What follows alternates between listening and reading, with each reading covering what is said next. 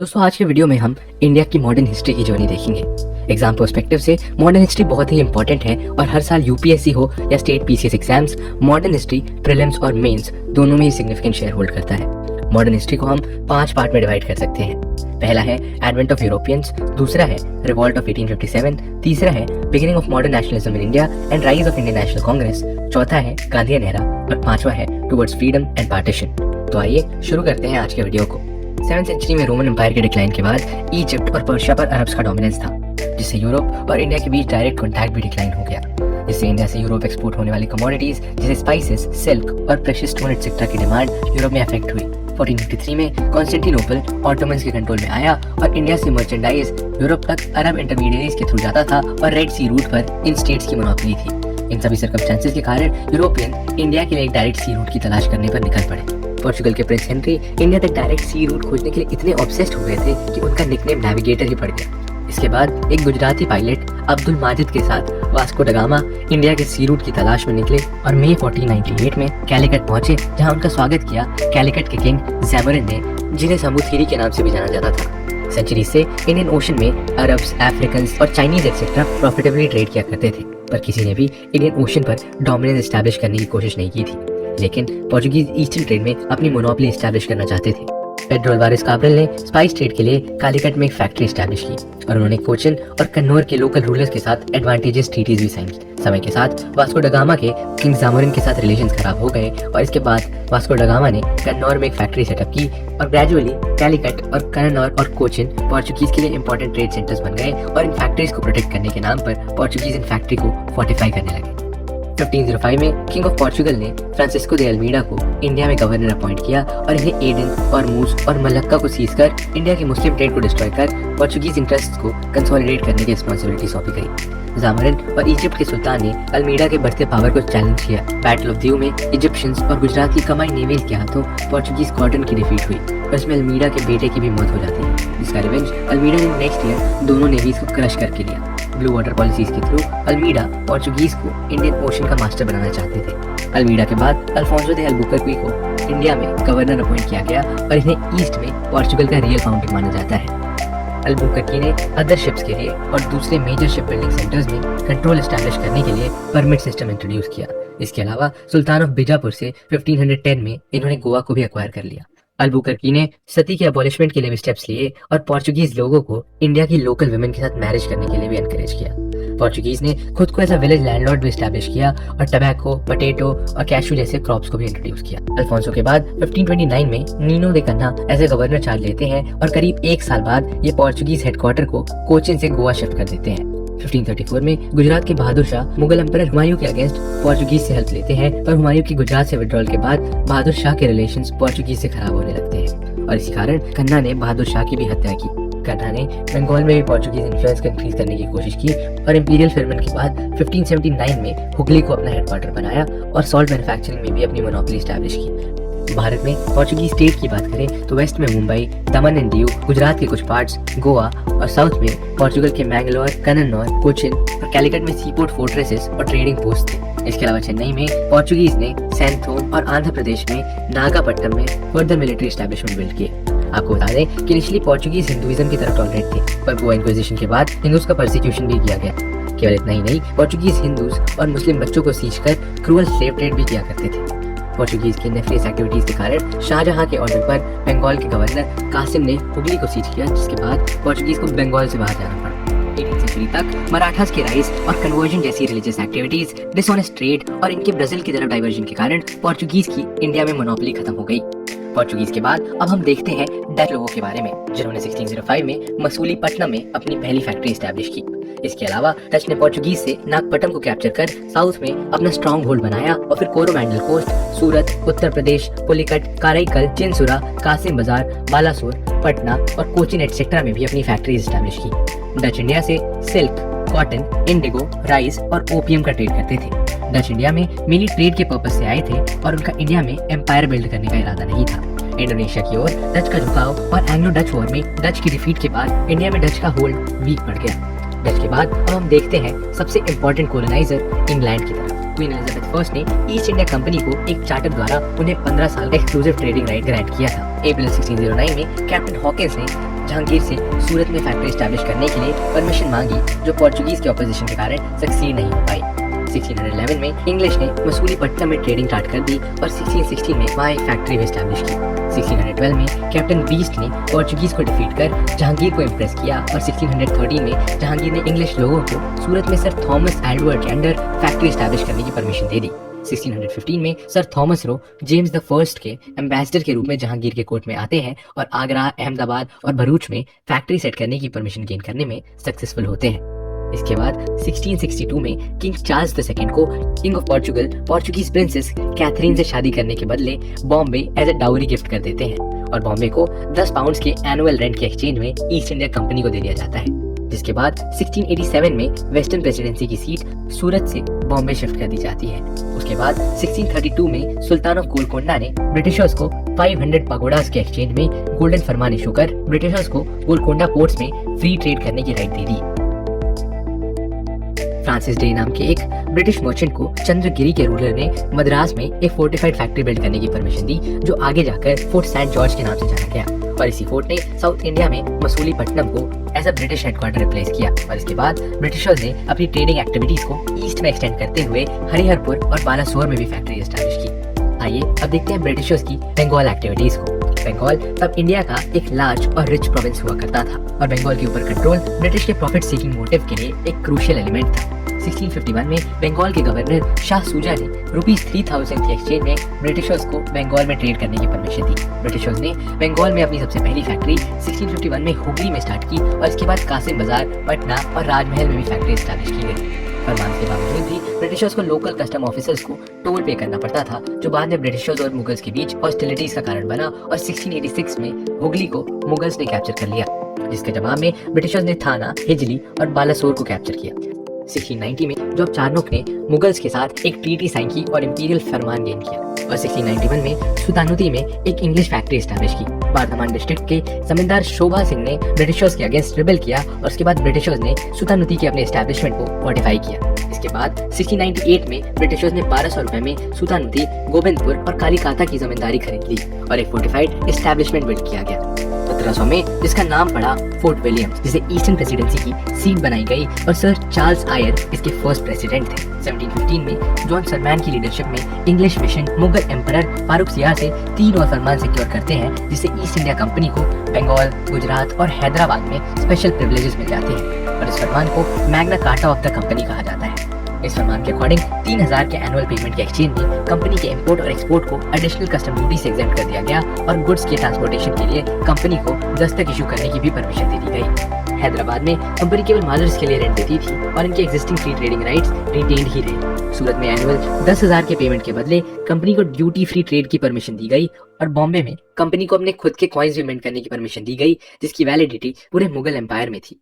तो ये तो बात साफ हो गई कि फ्लैटरी और डिप्लोमेसी का यूज कर ईस्ट इंडिया कंपनी ने मुगल से कई सारे ट्रेडिंग कंसेशंस गेन किए। ब्रिटिशर्स की कहानी को हम आगे जारी रखेंगे, लेकिन उससे पहले आइए देखते हैं इंडिया में आए दूसरे फॉरेन पावर्स के बारे में, जैसे फ्रेंच, जो सबसे आखिर में इंडिया आए थे। लुइस द 14 के रेन में उनके मिनिस्टर कॉलबर्ट ने 1664 में फ्रेंच ईस्ट इंडिया कंपनी की फाउंडेशन रखी, जिसे इंडिया और पैसिफिक ओशन में 50 इयर्स की ट्रेड मोनोपोली दी गई। इसके बाद 1667 में फ्रैंकोइस कैरन एक पर्शियन मर्सेरा के साथ इंडिया आए और सूरत में एक फैक्ट्री एस्टैब्लिश की और 1669 में मर्सेरा ने सुल्तान ऑफ गोलकोंडा से पेटेंट लेकर मसूलीपट्टनम में एक फैक्ट्री एस्टैब्लिश की। इसके बाद 1673 में फ्रेंच ने गवर्नर ऑफ बंगाल शाइस्ता खान से परमिशन लेकर बंगाल के चंद्रनगर में एक टाउनशिप एस्टैब्लिश की। 1673 में वालीकोंडापुरम के गवर्नर शेर लोदी खान ने मसूलीपट्टनम फैक्ट्री के डायरेक्टर फ्रैंकोइस मार्टिन को सेटलमेंट के लिए एक साइट ग्रांट की और यहीं पर 1674 में पौंडीचेरी एस्टैब्लिश की गई, जो इंडिया में फ्रेंच के पावर हाउस का नर्व सेंटर बना और उसी साल कैरन को रिप्लेस कर मार्टिन को गवर्नर बनाया। इसके अलावा फ्रेंच ने माहे, कराईकाल, बारासोर और कासिम बाजार में भी अपनी फैक्ट्री एस्टैब्लिश की। 1693 में डच ने पौंडीचेरी को कैप्चर किया और 1697 में ट्रीटी ऑफ रिस्विक के बाद पौंडीचेरी को फ्रेंच के पास रिस्टोर किया गया। इसके बाद वॉर ऑफ स्पेनिश सक्सेशन और मार्टिन के डिमाइस के कारण फ्रेंच को इंडिया में एक बड़ा सेटबैक फेस करना पड़ा। 1720 में perpetual companies of the Indies के नाम से फ्रेंच कंपनी को फिर से रिवाइव किया गया, जिसके 2 एक्टिव गवर्नर लेनॉय और दुमास ने 1720 और 1742 के बीच इसे और एनहांस किया। फ्रांस और ब्रिटेन के बीच सुप्रीमेसी के लिए स्ट्रगल्स और वॉर काफी ज्यादा लंबे समय तक चली। आइए इन वॉर्स और इनमें हुए कुछ इंपॉर्टेंट इंसिडेंट्स पर नजर डालते हैं। इंडिया में एंग्लो फ्रेंच राइवलरी इन दोनों के हिस्टोरिक राइवलरी का एक कंटिन्यूएशन था जो ऑस्ट्रियन वॉर ऑफ सक्सेशन से स्टार्ट हुआ था और 7 ईयर वॉर्स के साथ कंक्लूड हुआ। इंडिया में Anglo French rivalry Carnatic war के रूप में रिफ्लेक्ट हुई और इन वॉर्स के बाद ब्रिटिश इंडिया में सुप्रीम यूरोपियन पावर्स बनकर उभरे। आइए अब कर्नाटिक वॉर्स को डिटेल में समझते हैं। First Carnatic war 1740 to 1748। बानेट के अंदर इंग्लिश नेवी ने कुछ फ्रेंच शिप को सीज किया, जिसके रिटेलिएशन में फ्रेंच ने मद्रास को सीज किया। इस वॉर में फ्रेंच फोर्सेस और नवाब ऑफ कर्नाटिक अनवरुद्दीन की फोर्सेस के बीच अद्यार के किनारे हुई बैटल ऑफ सेंटोम सिग्निफिकेंट है। फ्रेंच के अगेंस्ट ब्रिटिशर्स ने अनवरुद्दीन से हेल्प मांगी और अनवरुद्दीन इस बैटल में कूद पड़े। इस बैटल में कैप्टन पैराडाइज और गवर्नर डुप्लेक्स के अंदर फ्रांस की जीत हुई। फर्स्ट कर्नाटिक वॉर का एंड 1748 में ट्रीटी ऑफ एक्स-ला-शापेल से हुआ और ऑस्ट्रियन वॉर ऑफ सक्सेशन को भी कंक्लूड किया गया। इस ट्रीटी के तहत मद्रास ब्रिटिश को वापस दिया गया और फ्रेंच को नॉर्थ अमेरिका में टेरिटरीज मिली। इस वॉर ने नेवल फोर्सेस और स्मॉल बट डिसिप्लिन्ड आर्मी की इंपॉर्टेंस को उजागर की। आइए अब देखते हैं सेकंड कर्नाटिक वॉर के बारे में, जिसकी बैक स्टोरी इंडिया में ही लिखी गई। French governor duplex southern India में फ्रेंच पावर और पॉलिटिकल इन्फ्लुएंस को इंक्रीज करने और ब्रिटिश को डिफीट करने के लिए लोकल डायनेस्टीज के डिस्प्यूट्स में इंटरफेयर करने लगे। 1748 में हैदराबाद किंगडम के फाउंडर निजाम उल मुल्क की डेथ के बाद उनके बेटे नासिर जंग के एक्सेशन को नवाब के ग्रैंडसन मुजफ्फर जंग ने अपोज किया और कर्नाटक में अनवरुद्दीन की नवाबी को चंदा साहिब ने चैलेंज किया। आपको बता दें कि चंदा साहिब कर्नाटक के नवाब दोस्त अली के सन इन लॉ थे। फ्रेंच एंड डेक्कन में मुजफ्फर जंग और कर्नाटक में चंदा साहिब के क्लेम को सपोर्ट किया और ब्रिटिश ने नासिर जंग और अनवरुद्दीन को सपोर्ट किया। 1749 में मुजफ्फर जंग, चंदा साहिब और फ्रेंच की कमांड आर्मी ने अनवरुद्दीन को बैटल ऑफ अंबर में मार गिराया और जिसके बाद मुजफ्फर जंग डेक्कन के सूबादार बन गए और डुप्लेक्स कृष्णा रिवर के साउथ की पूरी मुगल टेरिटरी के गवर्नर अपॉइंट किए गए। इसके बाद रॉबर्ट क्लाइव की लीडरशिप के अंदर ब्रिटिश फोर्सेस ने कार्नेटिक के कैपिटल आर्कोट को कैप्चर किया। अपनी पूरी कोशिश करने के बाद भी चंदा साहिब आर्कोट को बचा नहीं पाए और 1752 में उन्होंने सरेंडर कर दिया, जिसके बाद मोहम्मद अली ने उन्हें एग्जीक्यूट भी कर दिया। 1754 में फ्रेंच ने डुप्लेक्स को फ्रांस रिटर्न करने के लिए बुला लिया और गॉडहू को इंडिया का गवर्नर अपॉइंट किया गया। गॉडहू ने ब्रिटिश के साथ पॉलिसी ऑफ नेगोशिएशन अडॉप्ट की और उसने उनके साथ एक ट्रीटी भी साइन की जिसमें दोनों ने नेटिव प्रिंसेस के क्वारल्स में इंटरफेयर नहीं करने का डिसीजन लिया। इन सब घटनाओं के बाद इंडियन अथॉरिटी यूरोपियन सपोर्ट के ऊपर डिपेंडेंट हो गई थी और कर्नाटक के मोहम्मद अली और हैदराबाद के सलावत जंग यूरोपियंस के पेट्रन के स्थान पर महज एक क्लाइंट ही बनकर रह गए। Third Karnataka war 1758 to 1763। 1758 में काउंट डिलाली के अंडर फ्रेंच आर्मी में सेंट डेविड और विजयनगरम को कैप्चर कर लिया और ब्रिटिश एडमिरल डी एक ने मसूलीपट्टनम में फ्रेंच फ्लीट पर अटैक कर दिया। Battle of Wandiwash third Carnatic war में एक डिसाइसिव बैटल थी जिसमें सर आयरकूट की लीडरशिप में ब्रिटिशर्स की जीत हुई। इसके बाद फ्रेंच की पावर ना के बराबर ही रह गई और 16 जनवरी 1761 में लैली ने फाइनली सरेंडर कर दिया। थर्ड कर्नाटिक वॉर के बाद 1763 में treaty of peace of Paris sign की गई। इसके बाद इंडिया में फ्रेंच पोजीशंस तो रिस्टोर हो गई पर इंडिया में इनका पॉलिटिकल इन्फ्लुएंस ना के बराबर ही रह गया और पोर्चुगीज और डच की तरह फ्रेंच भी अपने स्मॉल एनक्लेव्स में ही कन्फाइंड हो गए और उनकी एक्टिविटीज ट्रेड तक ही लिमिट रह गई। 1757 की बैटल ऑफ प्लासी को ब्रिटिश रूल के लिए एक डिसाइसिव इवेंट कंसिडर करते हैं, पर बैटल ऑफ एंटीवॉश के बाद British east India company India में एक सोल पावर बनकर इवॉल्व हुई थी। आगे बढ़ने से पहले आइए इंडिया में डेनिश ईस्ट इंडिया कंपनी के बारे में जानते हैं, जिसे 1616 में एस्टैब्लिश किया गया था और 1620 में इन्होंने टैंजोर के करीब ट्रैंक के बाहर में एक फैक्ट्री एस्टैब्लिश की। इसके अलावा सिरमपुर में इनकी प्रिंसिपल सेटलमेंट भी थी। डेन्स इंडिया में ट्रेड और कॉमर्स से ज्यादा मिशनरी एक्टिविटीज के लिए आए थे। औरंगजेब के रेन से ही मुगल एम्पायर की फाउंडेशन कमजोर पड़ने लगी थी, जिसमें इकोनॉमिक और military decline, external invasions, advent of Europeans, Aurangzeb की रिलीजियस और डेक्कन पॉलिसीज और मैसूर, राजपूत, केरला, जट्स, अवध, बंगाल, हैदराबाद, सिख और मराठास का इंडिपेंडेंट स्टेट बनकर उभरना भी मुगल एम्पायर के डिक्लाइन का एक मेन रीजन रहा। इंडिया में ब्रिटिश के स्ट्रॉन्ग होल्ड को इंक्रीज करने में बंगाल का एक अहम रोल रहा है। बंगाल के दीवान मुर्शिद कुली खान के बेटे सरफराज खान की हत्या कर अलीवर्दी खान ने बंगाल को टेक ओवर किया था। इंडिया के बाकी रीजन्स जो मराठा इन्वेजन्स, जट रिवॉल्ट, एक्सटर्नल इन्वेजन से स्ट्रगल कर रहे थे, बंगाल इन सबसे अनटच्ड रहा। अलीवर्दी खान को सक्सीड किया उनके ग्रैंडसन सिराजुद्दौला ने, पर उनके सामने उनके कजिन शौकत जंग, उनकी आंट घसीती बेगम, मीर जाफर, जगत सेठ, राय दुर्लभ, राय बल्लभ, ओमी चंद और अलार्म्ड हिंदू पॉपुलेशन उनकी ऑपोजिशन में खड़ी थी। सिराजुद्दौला ने शौकत जंग को एक बैटल में मार गिराया, घसीती बेगम को डिसमिस कर दिया और मीर जाफर को मोहन लाल द्वारा रिप्लेस कर दिया। कंपनी के ट्रेड प्रिविलेजेस के मिसयूज ने नवाब के फाइनेंसेस को एडवर्सली इफेक्ट किया और तो और बिना नवाब की परमिशन के इन्होंने कलकत्ता को भी फोर्टिफाई कर लिया और राय वल्लभ के बेटे कृष्णदास को असाइलम भी दे दिया। इसके रिटेलिएशन में सिराजुद्दौला ने कलकत्ता फोर्ट को सीज कर लिया, जिसके बाद ब्रिटिशर्स ने ब्लैक होल ट्रेजेडी को प्रोपोगेट किया, जिसके अकॉर्डिंग सिराजुद्दौला ने 146 ब्रिटिशर्स को एक बहुत ही टाइनी रूम में इम्प्रिजन किया था, जिसके कारण 123 ने सफोकेशन से अपना दम तोड़ दिया। पर हिस्टोरियंस इस स्टोरी से एग्री नहीं करते।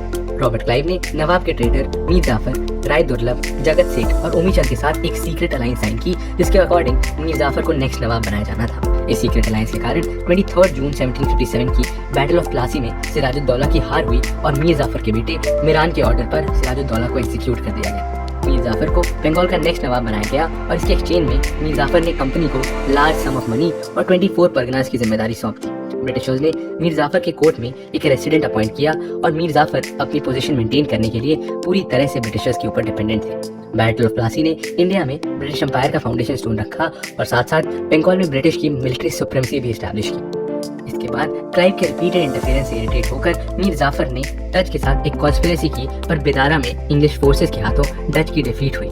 इसके बाद कंपनी ने मीर जाफर के सन-इन-लॉ मीर कासिम के साथ 1760 में एक ट्रीटी साइन की और उसे नेक्स्ट नवाब बनाया गया, जिसके एक्सचेंज में मीर कासिम ने बुर्दवान, मिदनापुर और चिटगांव के राइट्स कंपनी को दे दिए। इसके बाद कंपनी से सेफ डिस्टेंस मेंटेन करने के लिए मीर कासिम ने कैपिटल को मुर्शिदाबाद से मुंगेर शिफ्ट कर दिया, एडमिनिस्ट्रेशन को रीऑर्गेनाइज किया और आर्मी को एफिशिएंट बनाने के लिए रिक्वायर्ड स्टेप्स लिए। कंपनी द्वारा दस्तक के मिसयूज के कारण मीर कासिम और कंट्री के बीच टसल इंक्रीज होते चले गए और 1763 में ये टसल वॉर में डेवलप हो गया और मीर कासिम को अवध भागना पड़ा और वहाँ के नवाब शुजा-उद-दौला और मुगल एम्परर शाह आलम II के साथ एक कन्फेडरेसी साइन करनी पड़ी और इसमें ब्रिटिश की जीत होती है, जिसके बाद ब्रिटिश नॉर्थ इंडिया में एक ग्रेट पावर के रूप में उभरते हैं। मीर जाफर को फिर से नवाब रिस्टोर किया जाता है और इसके एक्सचेंज में मीर जाफर ने मिदनपुर, बुर्दवान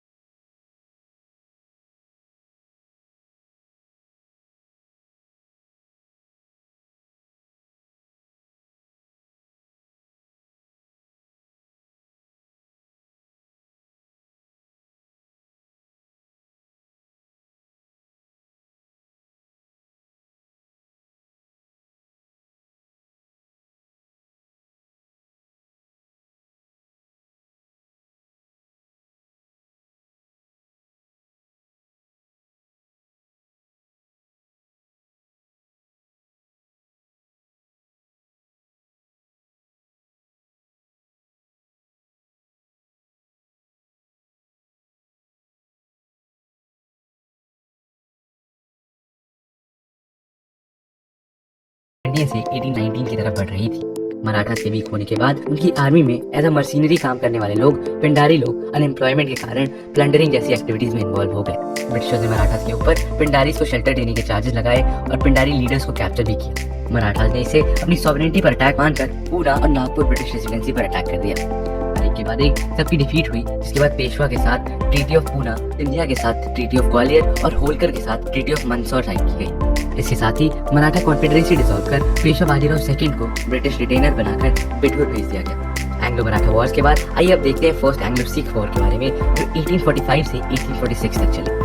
1845 में लाल सिंह की लीडरशिप में सिख द्वारा सतलज रिवर को क्रॉस करने के एक्ट को ब्रिटिश ने as an act of aggression लिया और सिख के ऊपर वॉर डिक्लेयर कर दिया। इस वॉर में सिख की हार होती है और 1846 में ब्रिटिशर्स और सिख के बीच ट्रीटी ऑफ लाहौर साइन की जाती है। पर इससे अनसैटिस्फाइड सिख एक बार फिर रिबेल करते हैं, जिसके बाद दिसंबर 1846 में ट्रीटी ऑफ भैरोवल साइन की जाती है और रानी जिंदन को एज अ रेजेंट रिमूव किया जाता है और पंजाब के लिए एक काउंसिल ऑफ रेजेंसी सेट की जाती है। Second Anglo Sikh war 1848 to 1849। Multan के गवर्नर मुलराज ने रिवॉल्ट कर 2 ब्रिटिश ऑफिसर्स की हत्या कर दी और इस रिवॉल्ट को सप्रेस करने की रिस्पॉन्सिबिलिटी लॉर्ड डलहौजी के ऊपर आती है, जिस दौरान पंजाब को एनेक्स कर उसे एक चीफ कमिश्नर के अंडर प्लेस किया जाता है और जॉन लॉरेंस यहाँ के फर्स्ट चीफ कमिश्नर अपॉइंट किए जाते हैं। वॉर के अलावा ईस्ट इंडिया कंपनी ने वॉरेन हेस्टिंग्स की रिंग फेंस पॉलिसी, लेस्ली की सब्सिडरी अलायंस और डलहौजी की डॉक्ट्रिन ऑफ लैप्स पॉलिसी का यूज कर इंडिया के प्रोस्पेरस स्टेट्स जैसे हैदराबाद, मैसूर, अवध, सतारा, झांसी एटसेट्रा को एनेक्स कर इंडिया के सोल पावर की तरह इमर्ज होते हैं। ईस्ट इंडिया कंपनी की एक्टिविटीज जैसे colonial land revenue settlement, heavy tax burden, peasant count के लैंड से इवैक्यूएशन, ट्राइबल लैंड का इंक्रोचमेंट, रूरल सोसाइटी का एक्सप्लॉयटेशन, ब्रिटिश गुड्स का प्रमोशन, इंडियन इंडस्ट्रीज और एक्सपोर्ट्स पर लगी heavy duties, destruction of indigenous industries etcetera के कारण लोगों में ब्रिटिशर्स के अगेंस्ट रिजेंटमेंट इंक्रीज होने लगती है और अलग अलग स्थान और समय पर लोग रिवॉल्ट करते हैं। आइए ऐसी कुछ मेजर अपराइजिंग्स के बारे में जानते हैं। सन्यासी रिवॉल्ट और फकीर रिबेलियन 1763 टू 1800। 1770 की डिजास्टर्स फैमिन और ब्रिटिशर्स के हार्श इकोनॉमिक ऑर्डर्स ने ईस्टर्न इंडिया में सन्यासियों को रिवॉल्ट करने के लिए कंपेल कर दिया। कुछ डिस्पोज्ड जमींदार, डिसबैंडेड सोल्जर्स और पुअर रूरल फैमिलीज ने इस रिवॉल्ट में पार्ट लिया। इस अपराइजिंग में हिंदूज और मुस्लिम्स ने इक्वली पार्टिसिपेट किया था और फाइनली इसे वॉरेन हेस्टिंग्स द्वारा सप्रेस कर दिया गया। देवी चौधुरानी, भवानी पाठक, मंजू शाह, चिराग अली, मूसा शाह इस अपराइजिंग के इंपॉर्टेंट लीडर्स थे। आपको बता दें कि बंकिम चंद्र चट्टोपाध्याय द्वारा रचित आनंद मठ और देवी चौधुरानी इसी सन्यासी रिवॉल्ट के ऊपर बेस्ड। नेक्स्ट इंपॉर्टेंट रेबेलियन है पाइका रेबेलियन 1870। पाइक्स ओडिशा के ट्रेडिशनल लैंड मिलिशियास थे और मिलिट्री सर्विसेज के against rent free land tenure enjoy करते थे। ब्रिटिश द्वारा राजा ऑफ खुर्दा को ओवरथ्रो करने के बाद पाइक्स की पावर को रिड्यूस कर दिया गया। कंपनी की extortionist land revenue policy, salt taxes, abolition of cowrie currency etcetera के कारण जमींदार और पेजेंट्स में रिजेंटमेंट इंक्रीज होती गई। 1814 में बख्शी जगबंधु विद्याधर के स्टेट किला रोरंग को ब्रिटिशर्स ने टेक ओवर किया, जिसके बाद जगबंधु ने राजा ऑफ खुर्दा, मुकुंद देव और दूसरे जमींदार के सपोर्ट से ब्रिटिश के ऊपर अटैक कर उनको कुछ टाइम के लिए रिट्रीट करने पर मजबूर कर दिया। मिड 1817 तक ब्रिटिशर्स ने खुर्दा को फिर से अपने कंट्रोल में ले लिया और 1818 में पाइका रेबेलियन को ब्रूटली सप्रेस किया गया। इसके बाद आइए देखते हैं 1820 में हुए आहोम रिवॉल्ट के बारे में। फर्स्ट बर्मा वॉर के बाद ब्रिटिश असम से विड्रॉ करने वाले थे, पर वॉर के बाद ब्रिटिशर्स ने आहोम की टेरिटरी को एक्वायर करना चाहा, जिस कारण 1828 में आहोम प्रिंस कोमवार कोनवा ने रिवॉल्ट कर दिया। इसके बाद कंपनी ने कंसिलिएटरी पॉलिसी अडॉप्ट करते हुए अपर असम को महाराजा पुरंदर सिंह नरेंद्र को सौंपा और कुछ पार्ट असमीज किंग को रिस्टोर कर दिया गया। नेक्स्ट आइए देखते हैं कूका मूवमेंट के बारे में, जिसे भगत जवाहर मल ने 1840 में वेस्टर्न पंजाब में स्टार्ट किया था। ब्रिटिश के पंजाब एनेक्सेशन के बाद ये रिलीजियस मूवमेंट पॉलिटिकल मूवमेंट में कन्वर्ट हो गए। इसके बाद हम देखते हैं कि 1782 से 1831 तक चले नागल बेरिया अपराइजिंग के बारे में, जिसे बंगाल में टीटू मिर ने लीड किया था और इसे ब्रिटिशर्स के against first armed present uprising consider किया जाता है। नेक्स्ट है करम शाह द्वारा स्टार्ट किया गया पंगल पंथीस मूवमेंट, जिसे मेनली मेमसिंग डिस्ट्रिक्ट के हाजोंग और गारो ट्राइब के लोगों ने पार्टिसिपेट किया था। इसके आगे हम देखते हैं 1836 से 1854 के बीच हुए पोस्ट मोपला अपराइजिंग के बारे में, जो ऑफिशियल्स के ऑपरेशंस के अगेंस्ट मालाबार में हुआ। इसके बाद 1921 में खिलाफत मूवमेंट के दौरान सेकेंड मोपला अपराइजिंग होती है। पेजेंट्स की तरह ही ट्राइबल्स ने भी ब्रिटिश ऑपरेशंस के अगेंस्ट रिवॉल्ट किया था। आइए देखते हैं ऐसे ही कुछ इंपॉर्टेंट रिवॉल्ट्स के बारे में। सबसे पहले हम देखेंगे झारखंड के सिंगबम में हुए हो और मुंडा अपराइजिंग के बारे में। बिरसा मुंडा इस मूवमेंट के सबसे इंपॉर्टेंट लीडर थे और 1860 से 1920 के बीच हुए उल गुलाम को one of the most important tribal uprising consider किया जाता है। नेक्स्ट हम देखेंगे 1855 में राजमहल हिल्स के संथाल रेबेलियन के बारे में, जिसमें सिद्धू और कानू ने जमींदार और ब्रिटिशर्स के अगेंस्ट रेबेलियन को लीड किया था। इस तरह अलग अलग समय पर ट्राइबल्स और पेजेंट्स ने ब्रिटिश ऑपरेशन के अगेंस्ट कई रिवॉल्ट किए, जैसे साउथ में हुआ पोलीगार मूवमेंट, ईस्टर्न बंगाल का फराइजी रिवॉल्ट, कोल म्यूटनी, खोंद अपराइजिंग और भिल रिवॉल्ट एटसेट्रा। इस जर्नी में आगे बढ़ते हुए अब हम चलते हैं 1857 में, जहां मंगल पांडे ने बैरकपुर में सीपोई म्यूटनी का बिगुल बजाया, जिसे वीर सावरकर और एसबी चौधरी ने फर्स्ट वॉर ऑफ इंडिपेंडेंस का नाम दिया।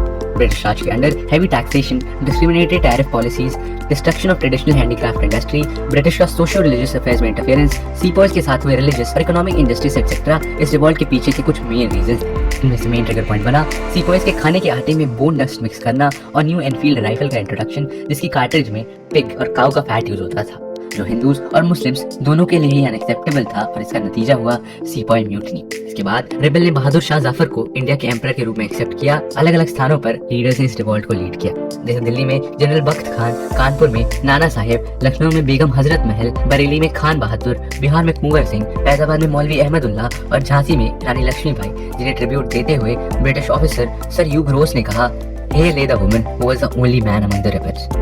इनके अलावा तात्या टोपे भी रानी लक्ष्मीबाई के सपोर्ट में आए थे, पर अंत में सर ह्यू व्हीलर, सर कॉनी कॉम्बेल और हेनरी लॉरेंस एक्सेट्रा जैसे ब्रिटिश ऑफिसर्स ने इस रिवॉल्ट को ब्रूटली सप्रेस कर दिया। 1857 का रिवॉल्ट इंडिया की हिस्ट्री में एक टर्निंग पॉइंट था, जिसके बाद क्वीन विक्टोरिया को ब्रिटिश इंडिया का सॉवरेन रूलर डिक्लेयर किया गया। गवर्नर जनरल को वाइस रॉय से रिप्लेस किया गया और लॉर्ड कैनिंग ब्रिटिश इंडिया के फर्स्ट वाइस रॉय अपॉइंट किए गए। इसके अलावा इंडिया के एडमिनिस्ट्रेशन के लिए एक सेक्रेटरी ऑफ स्टेट भी अपॉइंट किया गया और इंडिया में ब्रिटिश एनेक्सेशंस और एक्सपेंशंस पर फुल स्टॉप लगा दिया गया। ये रिवॉल्ट अपने आप में बहुत ही सिग्निफिकेंट था, पर इसके कुछ लिमिटेशंस थे, जैसे इसका लिमिटेड टेरिटोरियल और सोशल बेस, इस कारण ये एक पैन इंडिया लेवल पर पहुंच नहीं सका। इसके अलावा बड़े जमींदार, कुछ प्रिंसेस जैसे ग्वालियर के सिंधिया, इंदौर के Holkar, Maharaj of Patiala, Maharaj of Kashmir, Sikh chieftain etcetera ने ब्रिटिश का सपोर्ट किया। एजुकेटेड इंडियंस भी इस रिवॉल्ट से पीछे ही रहे। ब्रिटिश की कंपैरिजन में रेवोल्यूशनरीज के आर्म्स और इक्विपमेंट पुअर क्वालिटी के थे और कोई यूनिफाइड आइडियोलॉजी और प्रॉपर्ली ऑर्गेनाइज्ड आर्मी भी नहीं थी, जिसके कारण ये सक्सेसफुल नहीं हो पाए। पर इसके अलावा फर्स्ट वॉर ऑफ इंडिपेंडेंस में हिंदू मुस्लिम यूनिटी काफी सिग्निफिकेंट रही और ये आने वाले फ्रीडम फाइटर्स के लिए एक सोर्स ऑफ इंस्पिरेशन भी बनी। ब्रिटिश कॉलोनियल पॉलिसीज और उनके प्रति रिएक्शंस, वर्ल्ड वाइड नेशनलिज्म का राइज, फ्रेंच रेवोल्यूशन और इंडियन रेनेसां एटसेट्रा से इंडिया में नेशनलिज्म का राइज होने लगा और कुछ पॉलिटिकल एसोसिएशन भी फॉर्म हुए, जैसे राजा राम मोहन रॉय द्वारा फाउंडेड द बंग भाषा प्रकाशिका सभा, दादा भाई नारोजी द्वारा लंदन में founded the East India association, Shishir Kumar Ghosh की द इंडियन लीग और सुरेंद्र नाथ बैनर्जी की the Indian association of Calcutta prominent है। इसी तरह बॉम्बे में महादेव गोविंद रानाडे ने पुनः सार्वजनिक सभा स्टार्ट की और बदरुद्दीन त्याबजी, फिरोज शाह मेहता और केटी तेलांग ने द बॉम्बे प्रेसिडेंसी एसोसिएशन की नींव रखी। 1880 तक ऑल इंडिया ऑर्गेनाइजेशन के लिए एक सॉलिड ग्राउंड सेट हो चुका था, जिसे फाइनली शेप दिया retired British civil servant A O. Hume ने, और दिसंबर 1885 में बॉम्बे के गोकुलदास तेजपाल संस्कृत कॉलेज में इंडियन नेशनल कांग्रेस का फर्स्ट सेशन ऑर्गेनाइज किया गया। डब्ल्यू.सी. बैनर्जी की प्रेसिडेंटशिप में 72 डेलीगेट्स ने इसी सेशंस में पार्टिसिपेट किया। आईएनसी के फॉर्मेशन के वक्त लॉर्ड डफरिन इंडिया के वाइसरॉय थे। आईएनसी एक अपर मिडिल क्लास और वेस्टर्न एजुकेटेड इंडियंस का एसोसिएशन था, जिसे इंडियंस की प्रॉब्लम्स को डिस्कस करने की इंटेंशन से फॉर्म किया गया था। आईएनसी के बारे में लाला लाजपत राय जैसे एक्सट्रीमिस्ट का मानना था कि ये ब्रिटिश के लिए एक सेफ्टी वैल्व की तरह है, पर बिपिन चंद्रा जैसे हिस्टोरियंस का ये ओपिनियन है कि कांग्रेस लीडर्स ने ए.ओ. ह्यूम को as a lightning conductor use किया। INC's moderate phase 1885 to 1905। Dadabhai Naoroji, S N. Banerjee, G Subramania Iyer, Gopal Krishna Gokhale जैसे लीडर्स लिबरलिज्म और मॉडरेट पॉलिटिक्स के बिलीवर थे। इनका एम था टैक्स रिफॉर्म्स, जिसके लिए इन्होंने नो टैक्सेशन विदाउट रिप्रेजेंटेशन का स्लोगन यूज किया था। इसके अलावा इनका एम था एजुकेशन, एग्जीक्यूटिव काउंसिल और इंडियन काउंसिल इन लंदन में इंडियंस का रिप्रेजेंटेशन और एग्जीक्यूटिव एंड जुडिशरी का सेपरेशन। इसके लिए मॉडरेट्स ने 3 P's यानी प्रेयर्स, पिटिशन और प्रोटेस्ट का यूज किया। Indian council act of 1892 moderates का इस एक्ट ने लेजिस्लेटिव काउंसिल के साइज को इंक्रीज किया था और साथ ही काउंसिल में नॉन ऑफिशियल्स का प्रोपोर्शन भी इंक्रीज किया। इसके अलावा मॉडरेट्स ने लोगों के अंदर नेशनलिज्म के बीज बोने का भी काम किया और डेमोक्रेसी, लिबर्टी और इक्वालिटी जैसे आइडियल्स को पॉपुलराइज भी किया और ब्रिटिशर्स की इकोनॉमिक ड्रेन जैसी पॉलिसीज को एक्सपोज करने के साथ साथ सोशल रिफॉर्म्स के लिए भी काम किया। पर मॉडरेट फेज केवल एजुकेटेड एलिट्स तक ही सीमित रहा और वो फॉरेन रूल से कम्प्लीटली इंडिपेंडेंस नहीं चाहते थे। Era of militant nationalism 1905 to 1920। 20th century के बिगिनिंग में एक new class of leaders emerge हुए जो ब्रिटिश एम्पायर के अगेंस्ट अग्रेसिव स्टांस रखते थे और मॉडरेट्स के सॉफ्ट अप्रोच से एग्री नहीं करते थे। मॉडरेट्स के मेथड से कोई सिग्निफिकेंट रिजल्ट नहीं आ रहे थे, जिस कारण एक्सट्रीमिज्म का राइज हुआ। इसके अलावा नेशनल प्राइड का रिवाइवल, स्पिरिचुअल नेशनलिज्म, जापान का राइज और रशिया के ऊपर जापान की विक्ट्री, इटालियन आर्मी की इथियोपिया में डिफीट, टर्की, पर्शिया, इजिप्ट में राइज ऑफ नेशनलिज्म जैसी घटनाओं ने इंडियन लीडर्स को और भी मोटिवेट किया। 1905 में लॉर्ड कर्जन द्वारा किए गए बंगाल पार्टीशन ने मासेस के अंदर ब्रिटिश एम्पायर के अगेंस्ट नाराजगी को और भी इंक्रीज किया। इसके जवाब में कैलकाटा टाउन हॉल में बॉयकॉट रेजोल्यूशन को पास कर स्वदेशी मूवमेंट को लॉन्च किया गया। 16 अक्टूबर 1905 जिस दिन पार्टीशन एनफोर्स हुआ, उस दिन बंगाल के लोगों ने इसे एक मॉर्निंग डे की तरह ऑब्जर्व किया। रविंद्रनाथ टैगोर की एडवाइस पर लोगों ने एक दूसरे को यूनिटी राखी बांधी। ओवरनाइट वंदे मातरम इस मूवमेंट का थीम सॉन्ग बन गया और क्राउड अमार सोनार बांग्ला गाते हुए स्ट्रीट में मार्च करते हुए नजर आने लगी। जल्दी ये मूवमेंट पूना और बॉम्बे पहुंच गया, जहां बाल गंगाधर तिलक ने इसे लीड किया, और वहीं पंजाब में जब ये मूवमेंट पहुंचा तो वहां लाला लाजपत राय और अजीत सिंह ने इसे लीड किया। तिलक ने वेस्टर्नाइजेशन के बॉयकॉट के लिए गणपति और शिवाई फेस्टिवल्स ऑर्गेनाइज किए। मासेस ने ब्रिटिश गुड्स और एजुकेशन को बॉयकॉट किया और जगह जगह नेशनल यूनिवर्सिटीज एस्टैब्लिश की गई। स्वदेशी मूवमेंट में स्टूडेंट्स, वुमेन और लेबरर्स का पार्टिसिपेशन देखने को मिला, और साथ ही लियाकत हुसैन, सैयद हैदर रजा, मौलाना आजाद जैसे मुस्लिम लीडर्स ने भी इसमें पार्टिसिपेट किया। पर ज्यादातर अपर और मिडिल क्लास मुस्लिम्स इस मूवमेंट से दूर ही रहे। इनफैक्ट डक्का के नवाब सलीमुल्लाह की लीडरशिप के अंडर उन्होंने पार्टीशन का सपोर्ट किया। इतना ही नहीं, 30 दिसंबर 1905 को as an anti Congress front All India Muslim League का भी फॉर्मेशन किया गया। 1906 कैलकाटा सेशन में लाला लाजपत राय की प्रेसिडेंसी में आईएनसी ने सेल्फ गवर्नेंस या स्वराज को आईएनसी का गोल डिक्लेयर किया। लेकिन मॉडरेट्स और एक्सट्रीमिस्ट्स के बीच मूवमेंट के मेथड और टेक्निक को लेकर डिस्प्यूट्स हो रहे थे, जिसका नतीजा था 1907 का सूरत स्प्लिट। एक्सट्रीमिस्ट तिलक को प्रेसिडेंट बनाना चाहते थे और मॉडरेट्स राज बिहारी घोष के सपोर्ट में थे। तिलक प्रेसिडेंट ना बने, इसके लिए मॉडरेट्स ने सेशन के वेन्यू को नागपुर से चेंज कर सूरत कर दिया। बॉम्बे तिलक का होम प्रोविंस था और सूरत भी बॉम्बे प्रोविंस के अंडर था। आईएनसी की पॉलिसी के अकॉर्डिंग सेशन का प्रेसिडेंट होम प्रोविंस से नहीं हो सकता था, और इस तरह तिलक प्रेसिडेंसी से एक्सक्लूड कर दिए गए। इसके अलावा मॉडरेट्स अब स्वदेशी, बॉयकॉट और नेशनल एजुकेशन को बॉयकॉट करना चाहते थे, जो एक्सट्रीमिस्ट को मंजूर नहीं था। और इसके बाद मॉडरेट्स और एक्सट्रीमिस्ट्स दोनों का रास्ता अलग हो गया। गवर्नमेंट ने विगरसली एक्सट्रीमिस्ट पर अटैक किया। इनकी एक्टिविटीज को चेक करने के लिए seditious meetings act 1907, Indian newspapers, incitement to offense act 1908, criminal law amendment act 1908 और इंडियन प्रेस एक्ट 1910 जैसे लॉज को पास किया गया। इतना ही नहीं, बंगाल रेवोल्यूशनरीज द्वारा मुजफ्फरपुर बॉम्ब इंसिडेंट के फेवर में अपने न्यूज़पेपर केसरी में लिखने के लिए तिलक के ऊपर सेडिशन के चार्जेस लगाए गए और उन्हें 6 ईयर्स के लिए बर्मा जेल भेज दिया गया। 1908 तक अरविंदो घोष और बिपिन चंद्र पाल ने एक्टिव पॉलिटिक्स से रिटायरमेंट ले लिया, और इसके साथ ये मूवमेंट स्लो हो गया। 1911 में पार्टीशन को कैंसिल कर दिया गया और बंगाल प्रोविंस से बिहार, उड़ीसा और असम को अलग कर सेपरेट स्टेट्स बना दिए गए। और मुस्लिम्स को अपीस करने के लिए ब्रिटिश इंडिया के कैपिटल को कैलकाटा से दिल्ली शिफ्ट किया गया, पर मुस्लिम इससे बहुत ज्यादा इंप्रेस नहीं हुए। स्वदेशी मूवमेंट के फॉलोआउट के बाद 1907 से 1917 का दशक रेवोल्यूशनरी एक्टिविटीज का फर्स्ट फेज रहा, और रेवोल्यूशनरीज ने रशियन नाइलिस्ट्स और आयरिश नेशनलिस्ट के फुटस्टेप पर चलते हुए अपनी एक्टिविटीज को अंजाम दिया। बंगाल, महाराष्ट्र और पंजाब इन एक्टिविटीज के मेन सेंटर्स रहे, और बंगाल में जतेंद्र नाथ बैनर्जी, बरेंद्र कुमार घोष और प्रमोद मित्तर ने अनुशीलन समिति स्टैब्लिश किया और एक वीकली युगांतर भी स्टार्ट किया। राज बिहारी बोस और सचिंद्र सान्याल ने पंजाब, यूनाइटेड प्रोविंस और दिल्ली को कवर करने के लिए एक सीक्रेट सोसाइटी बनाई।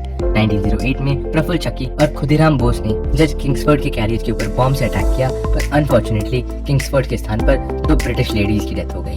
इसके बाद प्रफुल्ल चक्की ने खुद को शूट कर लिया और खुदीराम बोस को फांसी की सजा दी गई। अलीपुर कॉन्स्पिरेसी केस में अनुशीलन समिति के मैक्सिमम लीडर्स को सजा हो गई। इसके बाद जतेंद्र नाथ मुखर्जी, जिन्हें बाघा जतिन के नाम से भी जाना जाता है, उन्होंने वेस्टर्न अनुशीलन समिति की बागडोर संभाली। जतिन ने राजबिहारी बोस के साथ मिलकर जर्मन प्लॉट या जिमरमैन प्लान बनाया, जिसका टारगेट था फोर्ट विलियम को सीज करना और गुरिल्ला फोर्स का यूज कर पूरे इंडिया में अपराइजिंग स्टार्ट करना। इनकी इन्फॉर्मेशन लीक हो जाने के कारण ये प्लान फेल हो गया और बालासोर में बाघा जतिन की हत्या कर दी गई। महाराष्ट्र में सावरकर ने मित्र मेला ऑर्गेनाइज किया, जो बाद में अभिनव भारत के साथ मर्ज हुआ। जल्द ही नासिक, पूना और बॉम्बे बॉम्ब मैन्युफैक्चरिंग सेंटर्स की तरह इमर्ज हुए। पंजाब से लाला लाजपत राय, अजीत सिंह और सैयद हैदर रजा ने रेवोल्यूशनरी एक्टिविटीज को लीड किया। इसके अलावा श्यामजी कृष्णा वर्मा ने लंदन में इंडियन होम रूल सोसाइटी यानी इंडिया हाउस एस्टैब्लिश किया। इसी के एक मेंबर 1909 में कर्जन बाइली का असैसिनेशन किया और मैडम पीका जी कामा और अजीत सिंह ने पेरिस और जिनीवा में अपनी एक्टिविटीज जारी रखी। उधर अमेरिका के सैन फ्रांसिस्को में लाला हरदयाल, सोहन सिंह बखना ने कुछ और रेवोल्यूशनरीज के साथ मिलकर 21 फरवरी 1915 को गदर फिरोजपुर, लाहौर और रावलपिंडी में आर्म्ड रेबेलियन रिवॉल्ट स्टार्ट करने के प्लान में थे, जो ट्रेचरी के कारण सक्सेसफुल नहीं। Home rule league movement, Tilak, Annie Besant, sir S Subramaniam Iyer, Mohammad Ali Jinnah जैसे प्रोमिनेंट लीडर्स ने आयरिश होम रूल के बेसिस पर all India home rule establish किया। एनी बेसेंट ने अपने न्यूज़पेपर कॉमनवेल्थ और न्यू इंडिया के थ्रू कैंपेनिंग की और तिलक ने अप्रैल 1916 में अपना India home rule league establish किया और उनकी activities Karnataka, central province, Berar और महाराष्ट्र में बॉम्बे के अलावा स्प्रेड थी। इसके बाद मोतीलाल नेहरू, जवाहरलाल नेहरू, CR दास, मदन मोहन मालवीय, लाला लाजपत राय भी होम रूल लीग से जुड़ गए, पर एंग्लो इंडियंस, ज्यादातर मुस्लिम और साउथ के नॉन ब्राह्मण्स इस मूवमेंट से दूर ही रहे। ब्रिटिश गवर्नमेंट ने सिवियरली इस मूवमेंट को रिप्रेस करने की कोशिश की और तिलक की पंजाब और दिल्ली में एंट्री बैन कर दी। एनी बेसेंट और उनके एसोसिएट और जॉर्ज अरुणडेल को अरेस्ट कर लिया और साथ ही सर एस सुब्रमण्यम अय्यर के नाइटहुड को रिनाउंस कर दिया गया। 1919 आने तक lack of effective organisation, communal right, Montagu के ऑगस्ट स्टेटमेंट जिसमें उन्होंने सेल्फ गवर्नमेंट को इंडिया के लिए ब्रिटिश रूल का लॉन्ग टर्म गोल डिक्लेयर किया और मोन्टेगू चेम्सफोर्ड रिफॉर्म एक्सेट्रा के कारण home rule movement fade out हो गया। 1920 में गांधी जी ने होम रूल लीग की प्रेसिडेंटशिप एस्टैब्लिश की और इसे एक नया नाम स्वराज सभा दिया गया। 1916 में AC मजुमदार की लीडरशिप में हुए लखनऊ सेशन में एक्सट्रीमिस्ट INC से फिर से मर्ज हो गए और साथ ही इन्होंने मुस्लिम लीग के साथ लखनऊ पैक्ट भी साइन किया।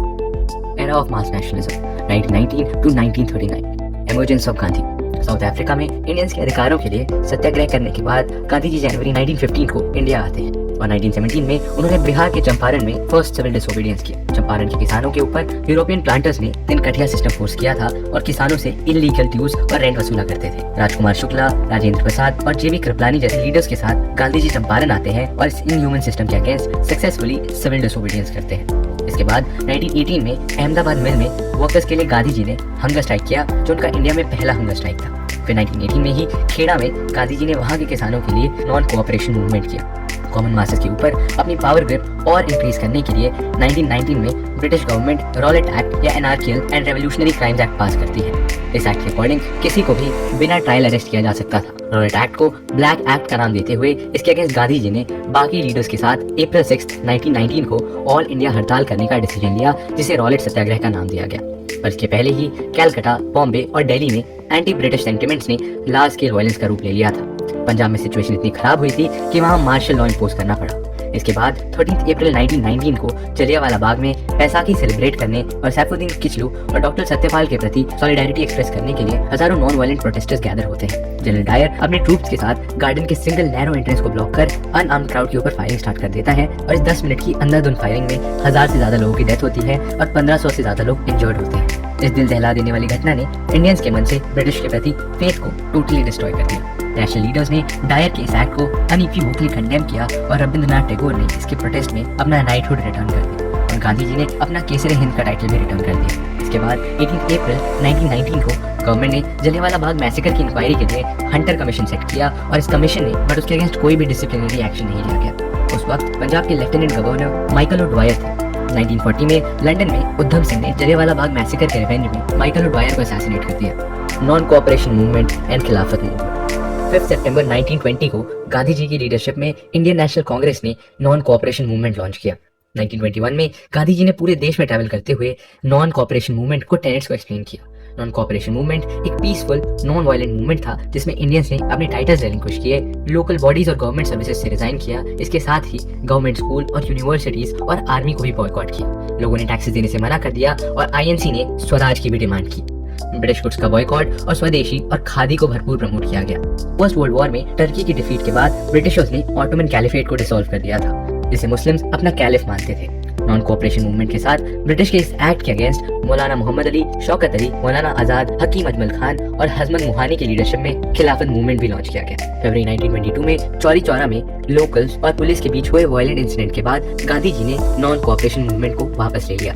गांधी जी के अकॉर्डिंग अभी मासेस अहिंसा के मार्ग पर चलने के लिए रेडी नहीं थे। मोतीलाल नेहरू, CR दास जैसे लीडर्स गांधी जी के इस डिसीजन के अगेंस्ट थे। गांधी जी के कहे के मुताबिक नॉन कोऑपरेशन मूवमेंट से एक साल में आजादी तो नहीं मिली, पर ये एक मास मूवमेंट बनकर उभरा, जिसमें लाखों लोगों ने अपना पीसफुल पार्टिसिपेशन दिया और इस मूवमेंट के एक्सटेंट ने ब्रिटिश गवर्नमेंट को भी हिलाकर रख दिया। कम्युनल हार्मनी के साथ हिंदूज और मुस्लिम्स का इक्वल पार्टिसिपेशन इस मूवमेंट की खास बात रही और यहाँ से आम जनता के बीच INC की पॉपुलैरिटी एस्टैब्लिश हुई। लोगों के बीच अपने पॉलिटिकल राइट्स को लेकर जागरूकता बढ़ी और उनके मन से गवर्नमेंट के प्रति डर भी खत्म हो गया और गांधी जी यहाँ से एक मास लीडर के रूप में बनकर उभरे। Swarajists and no changes. Non cooperation movement के विड्रॉल और गवर्नमेंट ऑफ इंडिया एक्ट 1919 और 1923 इलेक्शन के कारण कांग्रेस स्वराजिस्ट और नो चेंजर्स में डिवाइड हो गई। स्वराजिस्ट लीडर्स जैसे CR Das, Motilal Nehru, Hakim Ahmed Khan council boycott को एंड करना चाहते थे और काउंसिल को ज्वाइन कर उसे अपने पॉलिटिकल स्ट्रगल के लिए एक प्लेटफॉर्म की तरह यूज करना चाहते थे। और वहीं नो चेंजर लीडर्स जैसे C राजगोपालाचारी, वल्लभ भाई पटेल, राजेंद्र प्रसाद बॉयकॉट को कंटिन्यू करना चाहते थे और नॉन कोऑपरेशन और बॉयकॉट को मेंटेन करते हुए कंस्ट्रक्टिव वर्क के ऊपर अपना फोकस करना चाहते थे। मार्च 1922 में गांधी जी के अरेस्ट के बाद नेशनलिस्ट लीडर्स डीमोरलाइज हो गए और ये मूवमेंट एक पैसिव फेज में चला गया। कांग्रेस के गया सेशन में स्वराज के प्रपोजल की डिफीट होने के बाद सी.आर. दास और मोतीलाल नेहरू ने प्रेसिडेंट और सेक्रेटरी के पोस्ट से रिजाइन कर दिया और कांग्रेस खिलाफत स्वराज पार्टी फॉर्म की। सी.आर. दास इसके प्रेसिडेंट चुने गए और मोतीलाल नेहरू इसके सेक्रेटरी चुने गए। रिफॉर्म के लिए यूनाइटेड फ्रंट की इंपॉर्टेंस को समझते हुए गांधी जी और नो चेंजर्स ने स्वराजिस्ट के कांग्रेस के विदिन रहते हुए ही इलेक्शन लड़ने के डिसीजन को सपोर्ट किया और 1923 के इलेक्शन में स्वराज पार्टी ने 104 में से 42 सीटें जीती। स्वराज पार्टी का एम था गवर्नमेंट फंक्शनिंग को ऑब्स्ट्रक्ट करना और उन्होंने सारे ऑफिशियल फंक्शंस और रिसेप्शन का बॉयकॉट किया और अपनी ग्रीवांसेस और एस्पिरेशंस को लेजिस्लेटिव असेंबली में रखा। स्वराज पार्टी के अचीवमेंट की बात करें तो विट्ठल भाई पटेल 1925 में सेंट्रल लेजिस्लेटिव असेंबली के स्पीकर बनते हैं और स्वराजिस्ट ने बहुत से इंपॉर्टेंट मैटर्स यहाँ तक कि बजटरी ग्रांट्स में भी गवर्नमेंट को आउटवोट किया और इस तरह वो पब्लिक सेफ्टी बिल को डिफीट करने में भी सक्सेसफुल हुए। अपनी स्ट्रैटेजी से स्वराजिस्ट ने मॉन्टेगू चेम्सफोर्ड रिफॉर्म की वीकनेसेस को भी उजागर किया और इसके साथ ही स्वराजिस्ट असेंबली के स्ट्रगल को मास फ्रीडम स्ट्रगल के साथ कोऑर्डिनेट नहीं कर पाए और कुछ लीडर्स पावर के साथ आने वाले पर्क्स को रेजिस्ट नहीं कर पाए। पार्टी रिस्पॉन्सिविस्ट्स और नॉन रिस्पॉन्सिविस्ट के बीच डिवाइड हो गई। रिस्पॉन्सिविस्ट्स जैसे मदन मोहन मालवीय, लाला लाजपत राय गवर्नमेंट के साथ कोऑपरेट करना चाहते थे और नॉन रिस्पॉन्सिविस्ट जैसे मोतीलाल नेहरू ने लेजिस्लेचर से विड्रॉ कर लिया। 1925 में सी.आर. दास की डेथ के बाद पार्टी और भी वीक पड़ गई और 1926 के इलेक्शन में पार्टी कुछ खास नहीं परफॉर्म कर पाई और 1935 में स्वराज पार्टी फिर से कांग्रेस में मर्ज हो गई। Simon commission and Nehru report. Simon commission government of India act 1919 के प्रोविजंस के अकॉर्डिंग 10 इयर्स के बाद इंडिया में कॉन्स्टिट्यूशनल रिफॉर्म्स की स्टडी के लिए secretary of state for India Lord Birkenhead ने सर जॉन साइमन की चेयरमैनशिप में 7 मेंबर्स की एक स्टैट्यूटरी कमीशन सेट की गई जिसे पॉपुलरली साइमन कमीशन के नाम से जाना जाता है। इस कमीशन में एक भी इंडियन को शामिल नहीं किया गया था जो इंडियंस के लिए एक इंसल्ट की बात थी और इसके प्रति इंडियंस का आउटरेजियस होना जाहिर सी बात थी। कांग्रेस ने 1927 मद्रास सेशन में इस कमीशन को बॉयकॉट करने का डिसीजन लिया और मोहम्मद अली जिन्ना की लीडरशिप में मुस्लिम लीग ने भी इसे बॉयकॉट किया और मोहम्मद शाफी और लीग के कुछ मेंबर्स गवर्नमेंट के सपोर्ट में भी थे। फरवरी 1928 को जब कमीशन इंडिया आई तब उसका स्वागत मास प्रोटेस्ट, हड़ताल, ब्लैक फ्लैग्स और साइमन गो बैक के नारों से किया गया। इसके जवाब में पुलिस ने लाठीचार्ज किया और लाहौर में डेमोन्स्ट्रेशन लीड कर रहे लाला लाजपत राय इस ब्रूटल लाठीचार्ज का शिकार हुए और इंजरीज से उनकी मृत्यु हो गई। कमीशन ने 1930 में रिपोर्ट पब्लिश की और डायरकी अबॉलिश कर प्रोविंसेस में रिप्रेजेंटेटिव गवर्नमेंट और सेपरेट कम्युनल इलेक्टोरेट सेटअप करने का सजेशन दिया। साइमन कमीशन के बेसिस पर गवर्नमेंट ऑफ इंडिया एक्ट 1935 लाया गया जो आगे चलकर इंडिपेंडेंट इंडिया के कॉन्स्टिट्यूशन का एक बेसिस बना। इंडियंस के साइमन कमीशन के अपोज करने के कारण secretary of state for India Lord Birkenhead ने इंडियन लीडर्स को इंडिया के लिए कॉन्स्टिट्यूशन ड्राफ्ट करने का चैलेंज दिया। इस चैलेंज को एक्सेप्ट करते हुए ऑल पार्टी कॉन्फ्रेंस में कॉन्स्टिट्यूशन की ड्राफ्टिंग के लिए एक कमेटी अपॉइंट की गई। मोतीलाल नेहरू को इस कमेटी का हेड चुना गया और जवाहरलाल नेहरू को इसका सेक्रेटरी अपॉइंट किया गया। इसके अलावा तेज बहादुर सप्रू, मंगल सिंह, सुभाष चंद्र बोस और शोएब कुरैशी जैसे लीडर्स भी इसके मेंबर्स थे। इस कमेटी द्वारा प्रिपेयर किए गए इस ड्राफ्ट कॉन्स्टिट्यूशन को पॉपुलरली नेहरू कमेटी रिपोर्ट या नेहरू रिपोर्ट के नाम से जाना जाता है जिसे ऑल पार्टी कॉन्फ्रेंस के लखनऊ सेशन में 28 अगस्त 1928 को सबमिट किया गया। इंडियंस द्वारा खुद के लिए कॉन्स्टिट्यूशन ड्राफ्ट करने के रास्ते पर यह पहला मेजर अटेम्प्ट था। नेहरू रिपोर्ट का प्राइम मोटिव था ब्रिटिश कॉमनवेल्थ के अंदर इंडिया को डोमिनियन स्टेटस असाइन करवाना। इसके अलावा Nehru bill of rights, main and women के लिए citizen equal rights, federal government का फॉर्मेशन, नो स्टेट रिलीजन और सुप्रीम कोर्ट के क्रिएशन एक्सेट्रा को भी इस रिपोर्ट में इंक्लूड किया गया। कैलकाटा में हुए ऑल पार्टी कॉन्फ्रेंस में जिन्ना ने 3 अमेंडमेंट्स दिए, जैसे सेंट्रल लेजिस्लेटिव में मुस्लिम्स का 1/3 रिप्रेजेंटेशन, अडल्ट सफरेज एस्टैब्लिश होने तक पंजाब और बंगाल में मुस्लिम की पॉपुलेशन प्रोपोर्शन के अकॉर्डिंग रिजर्वेशन और रेसिडुअल पावर प्रोविंसेस को देना। जिन्ना की डिमांड्स एक्सेप्ट नहीं की गई, जिसके बाद 1929 में जिन्ना ने 14 पॉइंट्स दिए। आईएनसी के द्वारा दिसंबर 1928 को कैलकाटा सेशन में नेहरू रिपोर्ट को अप्रूव किया जाता है, पर कांग्रेस के यंग लीडर्स जैसे जवाहरलाल नेहरू, सुभाष चंद्र बोस डोमिनियन स्टेटस के गोल से सेटिस्फाइड नहीं होते हैं और पूर्ण स्वराज यानी कंप्लीट इंडिपेंडेंस की डिमांड रेज करते हैं। आईएनसी के सीनियर लीडर्स गवर्नमेंट को अपनी डिमांड एक्सेप्ट करने के लिए 1 साल का टाइम देते हैं और कहती है कि अगर गवर्नमेंट इसे एक्सेप्ट नहीं करती है तो आईएनसी पूर्ण स्वराज के लिए सिविल डिसोबीडियंस मूवमेंट लॉन्च कर देगी। आयरविन्स डिक्लेरेशन 31 अक्टूबर 1929। 31 अक्टूबर 1929 को लॉर्ड आयरविन ने इंडियन गेजेट में एक डिक्लेरेशन पब्लिश किया जिसमें डोमिनियन स्टेटस के लिए कोई फिक्स टाइम फ्रेम डिसाइड नहीं किया गया था और लॉर्ड आयरविन ने साइमन कमीशन की रिपोर्ट सबमिशन के बाद राउंड टेबल कॉन्फ्रेंस अटेंड करने के लिए नेशनल लीडर्स ने दिल्ली मैनिफेस्टो में कुछ कंडीशंस रखे और वाइसरॉय ने ये एश्योरेंस मांगा ये राउंड टेबल कॉन्फ्रेंस का पर्पस होगा डोमिनियन स्टेटस के लिए एक कॉन्स्टिट्यूशन ड्राफ्ट करना, लेकिन आयरविन ने दिल्ली मैनिफेस्टो को रिजेक्ट कर दिया। दिसंबर 1929 लाहौर कांग्रेस सेशन में जवाहरलाल नेहरू प्रेसिडेंट नॉमिनेट किए जाते हैं और कुछ मेजर डिसीजन भी इसी सेशन में लिए जाते हैं, जैसे राउंड टेबल कॉन्फ्रेंस को बॉयकॉट करना, टोटल इंडिपेंडेंस को आईएनसी का ऑफिशियल गोल डिक्लेयर करना और इसके अलावा कांग्रेस वर्किंग कमेटी को सिविल डिसोबीडियंस मूवमेंट लॉन्च करने की अथॉरिटी देना और साथ ही 26 जनवरी 1930 को स्वराज डे के रूप में सेलिब्रेट करने का डिसीजन लिया। इसके बाद गांधी जी ने गवर्नमेंट के सामने 11 डिमांड्स रखी और इन्हें एक्सेप्ट या रिजेक्ट करने के लिए 31 जनवरी 1930 का डेडलाइन दिया। गवर्नमेंट से कोई रिस्पांस ना मिलने के बाद कांग्रेस वर्किंग कमेटी ने गांधी जी को सिविल डिसोबीडियंस मूवमेंट लॉन्च करने की फुल अथॉरिटी दे दी और गांधी जी ने सॉल्ट के मूवमेंट का सेंट्रल फॉर्मूला बनाया। गांधी जी के दांडी मार्च के साथ सिविल डिसोबीडियंस मूवमेंट स्टार्ट होता है और 12 मार्च 1930 को साबरमती आश्रम से 78 आश्रम मेंबर्स के साथ वे दांडी के लिए निकलते हैं और 6 अप्रैल 1930 को गांधी जी सबके साथ दांडी आते हैं और सॉल्ट लॉ ब्रेक करते हैं। गांधी जी ने लोगों को अपने घरों में सॉल्ट बनाने के लिए एनकरेज किया और इसके साथ ही पूरे देश में लोगों ने सॉल्ट की प्रोडक्शन स्टार्ट कर दी। इस घटना और इसके इम्पैक्ट को न्यूज़पेपर्स में एक्सटेंसिवली कवर किया गया। तमिलनाडु में सी राजगोपालाचारी ने तिरुचिरापल्ली से विदर्नियम तक मार्च ऑर्गेनाइज किया और टेंजन और कोस्ट में अप्रैल 1930 को सॉल्ट लॉ ब्रेक किया। मालाबार के केकेलापन ने भी सॉल्ट मार्चेज ऑर्गेनाइज किए। केकेलापन को वाईकॉम सत्याग्रह के लिए बेस्ट जाना जाता है। गोपाल बंधु चौधरी ने बालासोर, कटक और पुरी के अंदर सॉल्ट सत्याग्रह को सक्सेसफुली लीड किया। असम में असमीज, बंगालीज, हिंदूज के बीच के टेंशन के कारण सिविल डिसोबीडियंस मूवमेंट बहुत ज्यादा राइज नहीं कर पाया। मई 1930 में कनिंघम सर्कुलर के साथ स्टूडेंट्स ने सक्सेसफुल स्टूडेंट स्ट्राइक ऑर्गेनाइज किया। पेशावर में खान अब्दुल गफार खान ने पश्तो पॉलिटिकल मंथली, पख्तून और एक voluntary brigade red shirt movement start किया। आपको बता दें कि खान अब्दुल गफार खान को बादशाह खान या फ्रंटियर गांधी के नाम से भी जाना जाता है। धारचुला में सरोजिनी नायडू और गांधी जी के बेटे मणिलाल ने धारचुला सॉल्ट वर्क्स पे रेड लीड की। इसके अलावा बॉम्बे, कर्नाटका, आंध्र प्रदेश, मिडनापुर और बालासोर में भी सॉल्ट सत्याग्रह को एंथुसियास्टिकली एम्ब्रेस किया गया। गुजरात में एंटी टैक्स मूवमेंट ऑर्गेनाइज किए गए और लोगों ने लैंड रेवेन्यूज भी देने से मना कर दिया। महाराष्ट्र, कर्नाटका और सेंट्रल प्रोविंस में फॉरेस्ट लॉ जैसे ग्रेजिंग और टिम्बर रेस्ट्रिक्शंस को ब्रेक किया गया और यूनाइटेड प्रोविंस में नो रेवेन्यू कैंपेन लॉन्च किया गया। मणिपुर एंड नागालैंड। मणिपुर से रानी काइदिन ल्यू ने अपने कजिन हैपुओ जादेनो के रास्ते पर चलते हुए 13 साल की एज में रिवॉल्ट को लीड किया। सिविल डिसोबीडियंस मूवमेंट की खास बात ये रही कि इसमें स्टूडेंट्स, वुमेन, मुस्लिम्स, मर्चेंट्स, पेटी ट्रेडर्स, ट्राइबल्स, वर्कर्स और पेजेंट्स सबका एक्टिव पार्टिसिपेशन देखा गया। सिविल डिसोबीडियंस की अपराइजिंग को रोकने के लिए ब्रिटिश गवर्नमेंट ने सिविल मार्शल लॉ इम्पोज कर दिया। हजारों एक्टिविस्ट को अरेस्ट किया गया और उनकी प्रॉपर्टी को कॉन्फिस्केट किया गया। इस हार्श रिप्रेशन का सबसे ज्यादा इम्पैक्ट वुमेन के ऊपर हुआ और प्रेस और लिटरेचर के ऊपर बैन इम्पोज कर दिया गया। इसके बाद 12 नवंबर 1930 को लंदन के हाउस ऑफ लॉर्ड्स में किंग जॉर्ज V ने first round table conference officially inaugurate किया। इस राउंड टेबल कॉन्फ्रेंस में पहली बार ब्रिटिशर्स और इंडियंस इक्वली आमने सामने बैठे थे। कांग्रेस और कुछ प्रोमिनेंट बिजनेस लीडर्स ने इस राउंड टेबल कॉन्फ्रेंस को बॉयकॉट किया, लेकिन प्रिंसली स्टेट्स, मुस्लिम लीग, जस्टिस पार्टी और हिंदू महासभा द्वारा इसे अटेंड किया गया।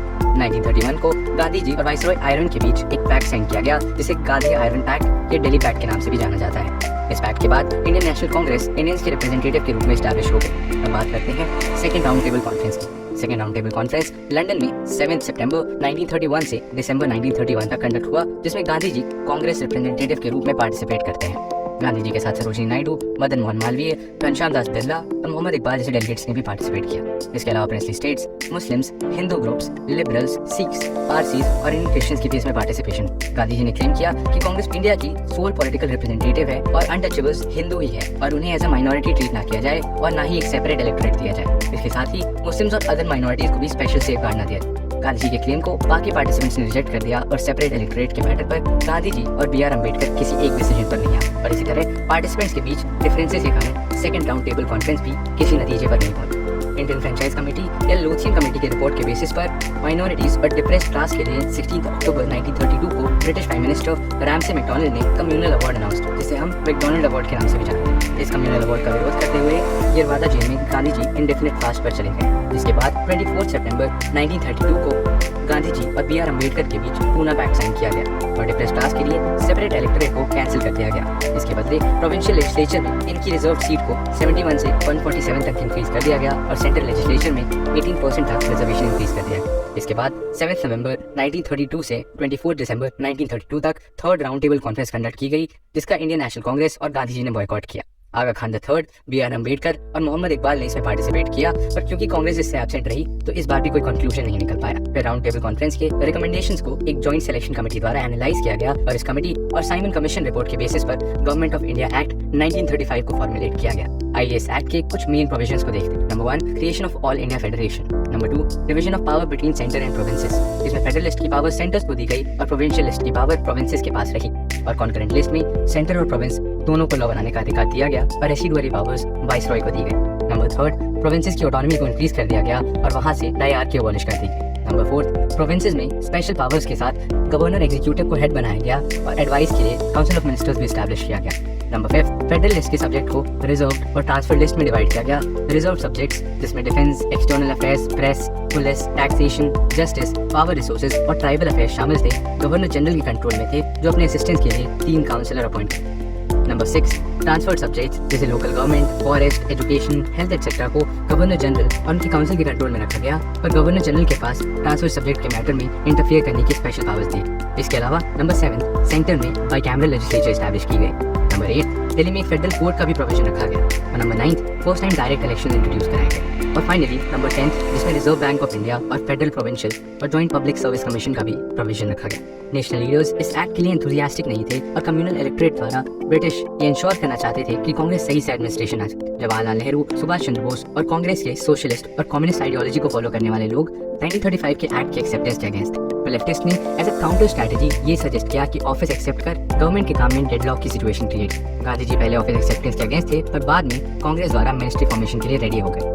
अब चलिए बात करते हैं रेवोल्यूशनरीज की। इंडियन इंडिपेंडेंस की स्ट्रगल भगत सिंह जैसे रेवोल्यूशनरीज की कंट्रीब्यूशन के बिना अधूरी ही है। गांधी जी के नॉन कोऑपरेशन मूवमेंट में बहुत सारे रेवोल्यूशनरीज ने एक्टिवली पार्टिसिपेट किया, पर नॉन कोऑपरेशन मूवमेंट के सडन विड्रॉल के बाद कांग्रेस और गांधी जी से अनसैटिस्फाइड रेवोल्यूशनरीज ने एक अल्टरनेटिव वे चुना।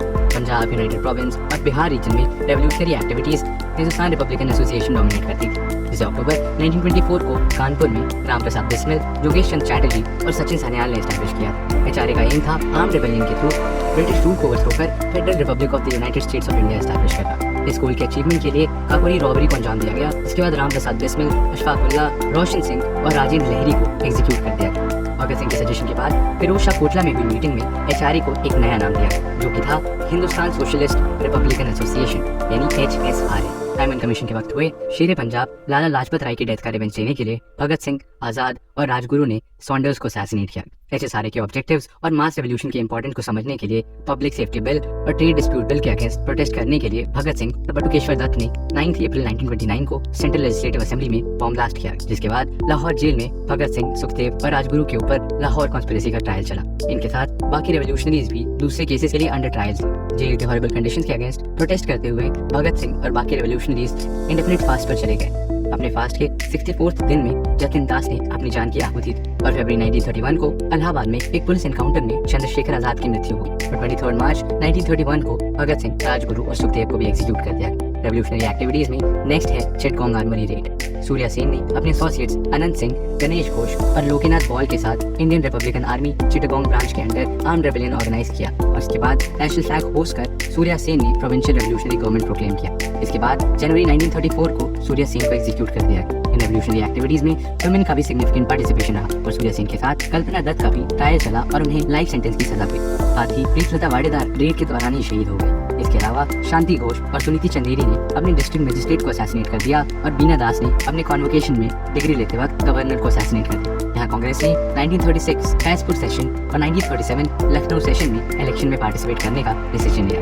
बंगाल, असम, पंजाब, सिंध और NWFP के अलावा कांग्रेस ने सारे प्रोविंसेस में मेजॉरिटी हासिल की। अपने रूल के दौरान कांग्रेस ने सिविल लिबर्टीज इंक्रीज की, प्रेस से रिस्ट्रिक्शंस रिमूव किए गए, पॉलिटिकल प्रिजनर्स और रेवोल्यूशनरीज को रिलीज किया गया और बैंड ऑर्गेनाइजेशंस, बुक्स और जर्नल से बैन अपलिफ्ट किया गया। कांग्रेस के 1938 हरिपुरा सेशन में सुभाष चंद्र बोस प्रेसिडेंट इलेक्ट होते हैं और बोस इकोनॉमिक डेवलपमेंट के लिए नेशनल प्लानिंग कमेटी के फॉर्मेशन के लिए क्रूशियल रोल प्ले करते हैं। मार्च 1939 त्रिपुरी सेशन में सुभाष चंद्र बोस फिर से प्रेसिडेंट इलेक्ट होते हैं और इंटरनल डिस्प्यूट्स के कारण बोस रिजाइन कर देते हैं और Rajendra Prasad next president elect किए जाते हैं। इसके बाद बोस और उनके फॉलोअर्स कांग्रेस के with in he forward block के नाम की पार्टी फॉर्म करते हैं। जब बोस ने AICC रेवोल्यूशन के against all India protest organise करने की कोशिश की, तब उनके अगेंस्ट डिसिप्लिनरी एक्शन लेते हुए कांग्रेस वर्किंग कमेटी के द्वारा उन्हें बंगाल प्रोविंशियल कांग्रेस कमेटी के पोस्ट से रिमूव कर दिया गया। मीनवाइल सेकेंड वर्ल्ड वॉर में ब्रिटिश इंडियन गवर्नमेंट ने इन्हें ओपिनियन कंसल्ट किए बिना ही वॉर में इंडियंस का सपोर्ट डिक्लेयर कर दिया।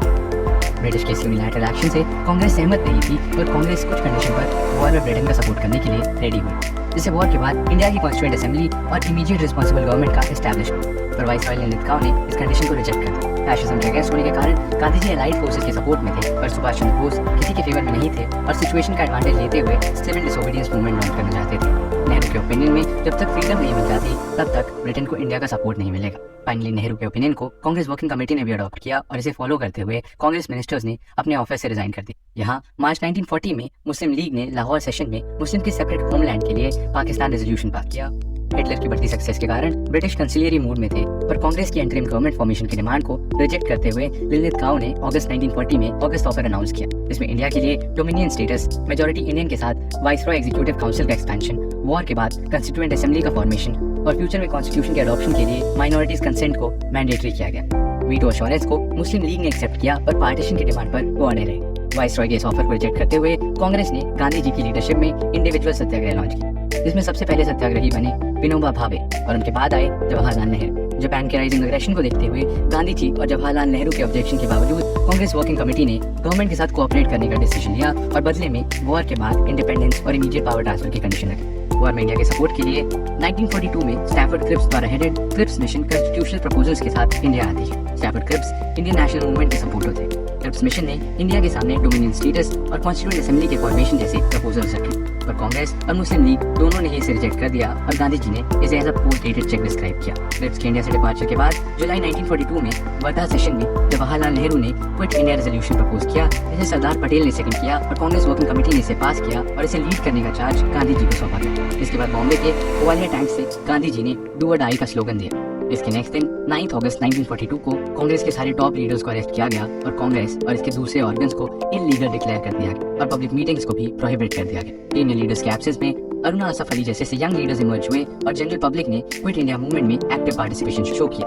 अथॉरिटीज के सिंबल को अटैक करना, खुद को अरेस्ट करवाना, student strike, worker strike, procession etcetera activities ने जोर शोर से पार्टिसिपेट किया। इसके अलावा सोशलिस्ट, फॉरवर्ड ब्लॉक, रेवोल्यूशनरीज और गांधी आश्रमाइट्स ने अंडरग्राउंड रहकर अपना रोल प्ले किया। इसमें मेन है राम मनोहर लोहिया, अरुणा असफ अली, जयप्रकाश नारायण, उषा मेहता और सुचेता कृपलानी एटसेट्रा। बलिया में चिट्टू पांडे ने पैरेलल गवर्नमेंट एस्टैब्लिश की। इस तरह सतारा में वाईवी चवन, नाना पाटिल एटसेट्रा ने प्रति सरकार ऑर्गेनाइज की और मिर्नापुर में जातीय सरकार और विद्युत वाहिनी ऑर्गेनाइज की गई। क्विट इंडिया मूवमेंट में सोसाइटी के वेरियस सेक्शंस जैसे students, workers, women, pageants, government officials, Muslims और बिजनेसमैन का एक्टिव पार्टिसिपेशन देखा। वहीं मुस्लिम लीग, कम्युनिस्ट्स और हिंदू महासभा ने इस मूवमेंट को बॉयकॉट किया। मूवमेंट के अपराइजिंग को कर्ब करने के लिए गवर्नमेंट ने मार्शल लॉ इम्पोज कर दिया और brutal lathi charge, tear gas firing etcetera का यूज कर सीवियर तरीके से इस मूवमेंट को सप्रेस किया और इसमें करीब 10,000 लोगों ने अपनी जानें गंवाई। गवर्नमेंट के इस वायलेंट मेजर को कंडेम करने के लिए गांधी जी ने फास्ट रखा, जिसकी ओवरवेलमिंग रिस्पांस में लोगों ने इंडिया और अब्रॉड में हड़ताल, प्रोटेस्ट और डेमोन्स्ट्रेशंस ऑर्गेनाइज किए और वाइसरॉय के एग्जीक्यूटिव काउंसिल से 3 मेंबर्स ने भी रिजाइन कर दिया। इस फास्ट ने पब्लिक के मोराल को बूस्ट करते हुए उनके मन में एंटी ब्रिटिश फीलिंग को पंप किया और पॉलिटिकल एक्टिविटीज के लिए एक अपॉर्चुनिटी। मीनवाइल सिंगापुर में राज बिहारी बोस ने 1943 में इंडियन नेशनल आर्मी और इंडियन इंडिपेंडेंस लीग की कमान सुभाष चंद्र बोस को सौंप दी। इसके बाद बोस ने सिंगापुर में provincial government for free India form. 1944 में आईएनए हेडक्वार्टर्स को रंगून शिफ्ट किया गया, जहां से चलो दिल्ली वॉर क्राई के साथ आईएनए के सोल्जर्स इंडिया की तरफ मार्च करते हैं। 1943 को जापान ने अंडमान एंड निकोबार आइलैंड्स बोस को हैंडओवर किए और बोस ने इनका नाम शहीद द्वीप और स्वराज द्वीप रखा। 18 मार्च 1944 को आजाद हिंद फौज कोहिमा और इम्फाल तक पहुंची और मणिपुर के मुयांग में इंडियन फ्लैग होस्ट करती है। हार्श वेदर और जापानीज डिस्क्रिमिनेशन फेस करते हुए आईएनए आगे बढ़ रही होती है, पर वर्ल्ड वॉर 2 में जापान सरेंडर कर देता है। इसके बाद आईएनए को भी सेटबैक झेलना पड़ता है। रिपोर्टेडली 18 अगस्त 1945 को ताइवान के ताइपे में हुए एक ट्रेन एक्सीडेंट में सुभाष चंद्र बोस की डेथ हो जाती है। यहाँ इंडिया में वॉर टाइम के हॉरर को 1943 के फैमिन से और भी इंक्रीज कर दिया और साउथ वेस्ट बंगाल इस फैमिन का वर्स्ट अफेक्टेड रीजन। आर्मी के फूड रिक्वायरमेंट को पूरा करने के लिए फूड सप्लाई को डाइवर्ट किया गया। बर्मा और साउथ ईस्ट एशिया से राइस इंपोर्ट्स बंद हो गई और डेलिब्रेट प्रॉफिटरिंग और मिसमैनेजमेंट ने फैमिन को और भी एग्रेवेट कर दिया और मैन मेड फैमिन और एपिडेमिक ने अराउंड 3 मिलियन लोगों की जान ली। मीनवाइल कॉन्स्टिट्यूशनल क्राइसिस को सॉल्व करने के लिए सी राजगोपालाचारी ने कांग्रेस लीग कोऑपरेशन के लिए एक फॉर्मूला प्रपोज किया, जिसे पाकिस्तान के लिए लीग के कोऑपरेशन के एक्सचेंज में पाकिस्तान के लिए एक प्लेबिसाइट प्रपोज किया गया था और गांधी जी ने इसे सपोर्ट किया, पर लीग ने इस फॉर्मूला को रिजेक्ट कर दिया और इसके अलावा वीर सावरकर द्वारा भी इस प्लान को कंडेम किया गया। डेडलॉक को एंड करने भूलाभाई देसाई और लीग के डेप्यूटी लीडर लियाकत अली खान ने इंटरिम गवर्नमेंट के लिए देसाई लियाकत पैक्ट साइन किया और लीग किसी सेटलमेंट पर नहीं पहुंची।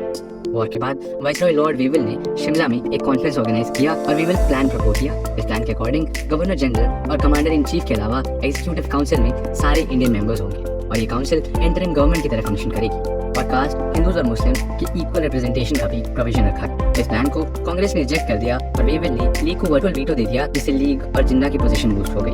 वॉर के बाद कांग्रेस आईएनए के सपोर्ट में आती है और वॉर प्रिजनर्स के लिए जवाहरलाल नेहरू, तेज बहादुर सप्रू, असफ अली, वल्लभ भाई देसाई, के.एन. काटजू ने डिफेंस ऑर्गेनाइज किया। आईएनए ट्रायल्स के अगेंस्ट इंक्रीज होते अफसोस में रॉयल इंडियन नेवी रेबेलियन काफी सिग्निफिकेंट है। 8 फरवरी 1986 को रॉयल इंडियन नेवी के 1100 सोल्जर्स ने रेशियल डिस्क्रिमिनेशन और आईएनए ट्रायल्स के कारण स्ट्राइक पर चले गए और इन्होंने ट्राई कलर होस्ट कर दी। कैलकाटा और बंगाल में meetings, processions, strikes etcetera common हो गए और ये सिटीज वर्चुअली पैरालाइज हो गए। आरआईएन के सपोर्ट में दूसरे मिलिट्री एस्टैब्लिशमेंट जैसे कराची, मद्रास और कैलकाटा भी आ गए और फाइनली पटेल और जिन्ना की परसुएशन के बाद रेटिंग से सरेंडर किया। इलेक्शन के बाद कांग्रेस ने सेंट्रल असेंबली में 102 में से 57 सीट्स कैप्चर की और लीग को 30 सीट्स में। इसके बाद मार्च 1946 में एटली गवर्नमेंट ने पैथिक लॉरेंस, स्टैफोर्ड क्रिप्स और एवी अलेक्जेंडर के अंडर कैबिनेट मिशन इंडिया भेजा। कैबिनेट मिशन में पाकिस्तान को रिजेक्ट किया गया था, जिसे लीग और कांग्रेस दोनों ने एक्सेप्ट किया। पर कुछ दिन बाद लीग ने अपनी एक्सेप्टेंस विड्रॉ कर ली और पाकिस्तान के लिए 16 अगस्त को डायरेक्ट एक्शन डे का कॉल दिया, जिसके बाद पूरे इंडिया में कम्युनल वायलेंस स्प्रेड हो गई, जिसमें पंजाब और बंगाल मोस्ट अफेक्टेड रीजन। सब कॉन्टिनेंट में बढ़ते ट्रबल को देखते हुए पीएम एटली ने पार्लियामेंट में